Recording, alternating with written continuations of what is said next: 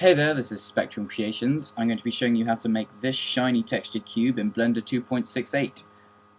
Open Blender. This is the cube we're going to be texturing and making shiny. So expand this panel on the side here, or use the scroll wheel to move this. Click this icon, set the render mode to Cycles Render, delete this material and make a new one. Set the surface to Glossy, and next to Color, click the circle and select Image Texture. Now go online and find a texture that you want to use. This one looks good. Go back into Blender, click Open. Find the file. If you have lots of different files, you can click this button here to make them preview, and double click the image you want to use. Go into the viewing mode and change it to composting. Move your mouse over the 3D window and press Tab to go into edit mode. Press A a couple of times to make sure you have it all selected. Then click Mesh, UV Unwrap, Unwrap.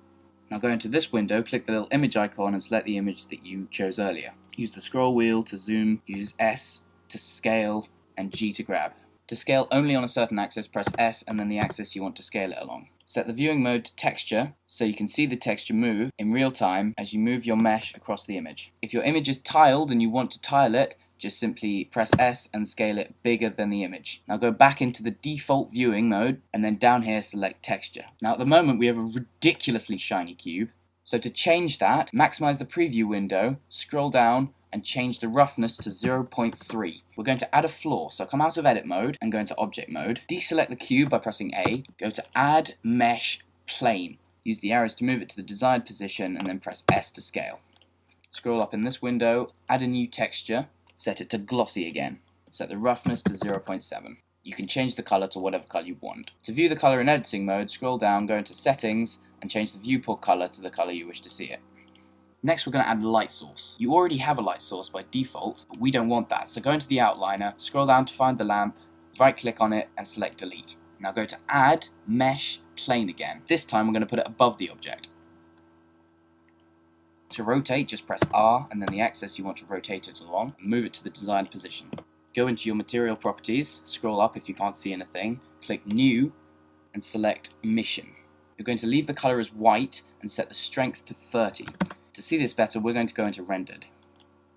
This is looking good, so I'm going to go back into textured mode, select the camera in the outliner, or right click on it in the viewing window. If you're on a laptop, you'll have to go into the view and select camera. Or if you have a full keyboard, you can just press 0 on the number pad. I'm happy with the position of this camera, but if you're not, to move the camera easily, press N, scroll down to the view menu until you find this box here and click it. Now when you rotate, the camera will stick to your view. To check you're happy with your positioning, go into rendered and adjust accordingly. Now we're going to render it. So go to the top menu and select render image.